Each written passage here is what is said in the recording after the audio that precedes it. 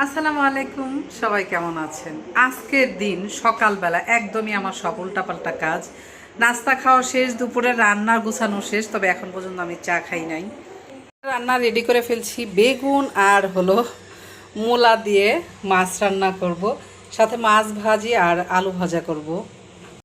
তো ব্যাগ আর লাগেজ যেগুলি নিয়ে আমরা বেড়াইতে যাব, যদিও আমার আর আহানাবে বেড়াইতে যাইতে দেরি আছে, তবে মেয়ে যে ব্যাগটা নিয়ে যাবে সেগুলি আগে পরিষ্কার করে দিব আর চা খেয়ে ফেলবো এই সুযোগে।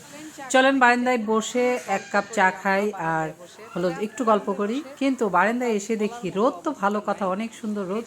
এই যে আমার আহানাব বসে আছে, কিন্তু পাশে একটা বাসা হচ্ছে, যেহেতু এত ইট ভাঙার শব্দ, গল্পটা আর করা হলো না। যাই হোক, আরেকদিন অন্য রকম অন্য সুন্দর গল্প বলবো। তো ওই যে কি আর করার, চা খাচ্ছি আর একটু রোদে দাঁড়াইলাম, কারণ রোদ এত মিষ্টি লাগে কি বলবো।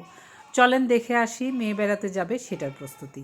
তো মেয়েকে কি কি ড্রেস নেবে, যেহেতু বিয়েতে যাচ্ছে, বিয়ে বাড়ি মানেই তো অনেক ড্রেস লাগে, এটাই স্বাভাবিক। বাচ্চারা মেহেদিতে পরবে, এক একদিন এক একটা পরবে। সাথে হলো যেখানে যাচ্ছে ওইখানে একজনের জন্য একটা গিফট পাঠাবো, সে গিফটটাও দিয়ে দিলাম, মেয়ের সাথে দিয়ে দিব। আসলে একই সঙ্গে যাওয়া হচ্ছে না, কারণ যেহেতু ছুটি কম, আমার যেখানে দরকার সেখানেই যাব। তো মাছের তরকারিটা হলো বসায় দিছি, ঘরের কিন্তু প্রায় বেশিরভাগ কাজই শেষ। আর এইভাবে আলু ভাজি আর মাছ ভাজা আমার ছেলে মেয়ে খুব পছন্দ করে, তাদের জন্য এটা শুধু দুপুরের খাবার, রাতেরটা রাতে দেখা যাবে, কারণ আমরা একটু বাইরে যাব এখন, এর জন্য তাড়াতাড়ি করে যতটুকু কাজ শেষ করার দরকার করে নিচ্ছি।